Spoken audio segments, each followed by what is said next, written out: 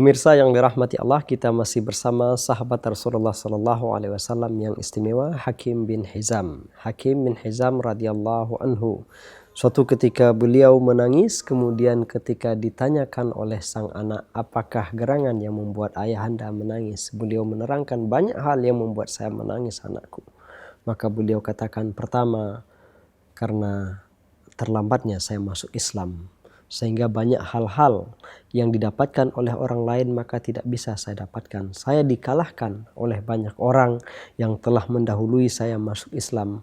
Mereka mendapatkan keutamaan-keutamaan bersama Rasulullah SAW, sementara saya tidak mampu melakukannya. Dan saya yakin bahwa jika saya mampu menginfakkan harta sebanyak seluruh apa yang ada di dunia ini, maka niscaya itu tidak akan bisa menyamai apa yang telah diperoleh dan yang telah dilakukan oleh orang-orang yang telah masuk Islam sebelum saya dan berjuang bersama Rasulullah Sallallahu Alaihi Wasallam.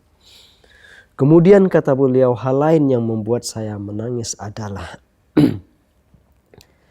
ketika saya harus berjuang atau harus bersama orang-orang Quraisy memerangi Rasulullah Sallallahu Alaihi Wasallam, saya diselamatkan Allah dari perang Badar. Beliau pulang dalam keadaan hidup, dalam keadaan selamat, sementara pemuka-pemuka Quraisy yang lain tewas di sana. Demikian juga dalam perang Uhud, Allah selamatkan saya.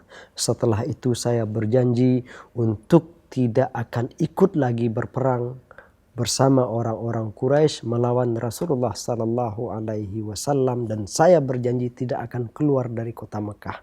Tapi apa daya, ternyata saya harus tetap keluar bersama mereka memerangi Rasulullah Sallallahu Alaihi Wasallam. Kemudian yang membuat saya menangis, kata Hakim bin Hizam, bahwa pernah dan sering saya berpikir untuk masuk Islam. Tetapi ketika saya melihat para pembesar Quraisy yang lain, orang-orang yang lebih senior dari saya, orang-orang yang lebih tua dari saya, mereka tetap tidak memeluk agama Islam, mereka tetap dengan keyakinan semula. Maka saya merasa itulah yang tepat. Setiap kali saya ingin masuk Islam, maka saya melihat selalu ada contoh dari orang tua kita, para pembesar-pembesar yang menolak Islam, maka mereka yang saya ikuti. Maka beliau katakan, engkau bisa perhatikan betapa mengikuti tradisi, mengikuti orang-orang hanya karena kesenioran mereka itu ternyata akan membawa kepada kehancuran. Demikian Hakim bin Hizam menyesali dirinya. Ikhwan dan akhwat pemirsa yang dirahmati Allah, bukan hanya Hakim bin Hizam, Rasulullah Sallallahu Alaihi Wasallam, meskipun hubungan baiknya dengan Hakim bin Hizam tidak terputus, Hakim bin Hizam tetap menghormati Rasulullah Sallallahu Alaihi Wasallam. Dalam sebuah kesempatan bahkan Hakim bin Hizam pernah mengirimkan hadiah kepada Rasulullah Sallallahu Alaihi Wasallam, walaupun Rasulullah katakan, kami tidak menerima hadiah dari orang-orang musyrik. Jika engkau masih ingin saya terima hadiahmu ini, maka terimalah uang ini sebagai pembayarnya. Maka diterima oleh Hakim bin Hizam. Intinya adalah beliau tetap memuliakan Rasulullah Sallallahu Alaihi Wasallam. Hadiah yang dibawanya adalah pakaian kebesaran bangsawan dari Yaman. Dia temukan dijual di musim haji di kota Mekah, pakaian salah seorang pembesar Yaman, maka dibelinya dengan harga yang sangat mahal, kemudian dibawanya untuk dihadiahkan kepada Rasulullah Sallallahu Alaihi Wasallam. Rasulullah Sallallahu Alaihi Wasallam berharap Hakim bin Hizam memeluk agama Islam sebagaimana orang-orang memeluk agama Islam dan berbondong-bondong untuk memeluk agama Islam. Karena Rasulullah Sallallahu Alaihi Wasallam mengenal baik siapa itu Hakim bin Hizam.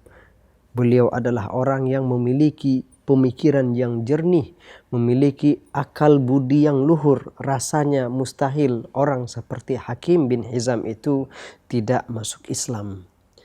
Karena itu Pemirsa yang dirahmati Allah Subhanahu wa taala, ketika malam Rasulullah sallallahu alaihi wasallam hendak menaklukkan kota Mekah, maka Rasulullah katakan kepada sahabat-sahabatnya, sesungguhnya di Mekah saat ini ada 4 orang yang saya sayangkan mereka itu masih berada dalam keadaan syirik, dan saya sangat ingin mereka itu masuk Islam.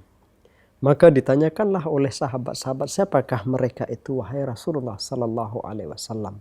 Rasulullah katakan mereka adalah Attab bin Usaid, kemudian Jubair bin Mut'im, kemudian yang ketiga adalah Hakim bin Hizam, dan yang terakhir adalah Suhail bin Amrin.